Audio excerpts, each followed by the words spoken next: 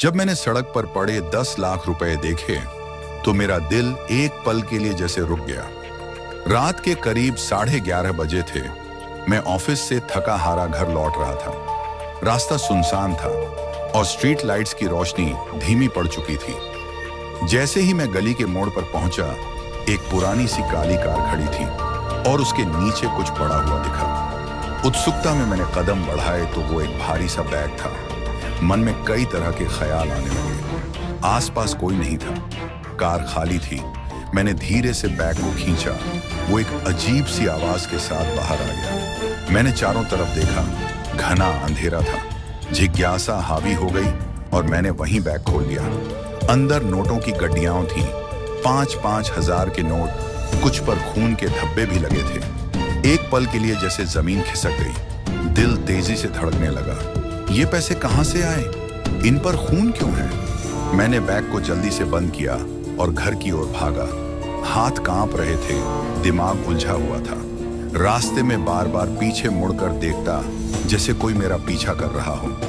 घर पहुंचा तो अम्मी दरवाजे पर थीं। मेरी हालत देखकर घबरा गई। मैंने कुछ नहीं कहा, बस सीधे कमरे में जाकर दरवाजा बंद कर लिया। पूरी रात नींद नहीं आई। बैग मेरे सामने रखा था।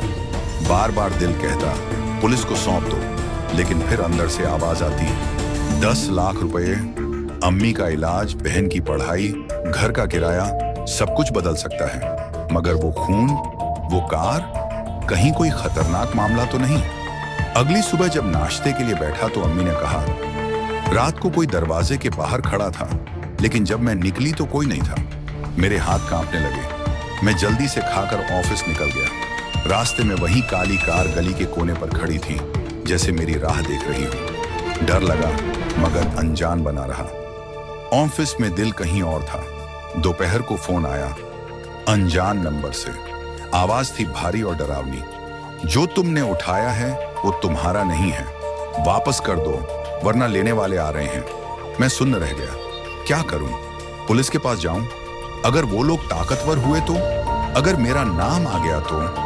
मैंने फैसला किया कि पैसे वापस उसी जगह रख देता हूं। रात को बैग उठाया और उसी गली में गया, लेकिन कार वहां नहीं थी। मैंने बैग एक नाले के किनारे रख दिया और जल्दी से लौट आया। अगले दिन मोहल्ले में हलचल थी। नाले के पास एक आदमी की लाश मिली थी। पुलिस आई, पूछताछ शुरू हुई। मेरा दिल बैठ गया। दोपहर में पुलिस मेरे घर आई, पूछताछ की। रात को कहां थे? कुछ अजीब देखा। मैंने अनजान बनकर सब टाल दिया। जाते जाते एक अफसर ने कहा, अगर कुछ याद आए तो बताना, क्योंकि जिसे मारा गया वो अपराधी नहीं था। वो एक रिपोर्टर था जो किसी बड़े घोटाले की जांच कर रहा था। मेरी दुनिया थम सी गई। क्या वो पैसे किसी बड़े भ्रष्टाचार का हिस्सा थे और वो रिपोर्टर उसे उजागर करने वाला था? क्या इसीलिए उसे मार दिया गया? अब क्या मैं अगला निशाना हूं? नींद उड़ गई थी। खिड़की से झांकता रहता। वही काली कार फिर दिखने लगी, कभी गली के मोड़ पर, कभी पार्क के पास। एक रात दरवाजे पर दस्तक हुई। कांपते हाथों से दरवाजा खोला। एक लड़की खड़ी थी। डर उसकी आंखों में साफ था। हाथ में एक चिट्ठी थी।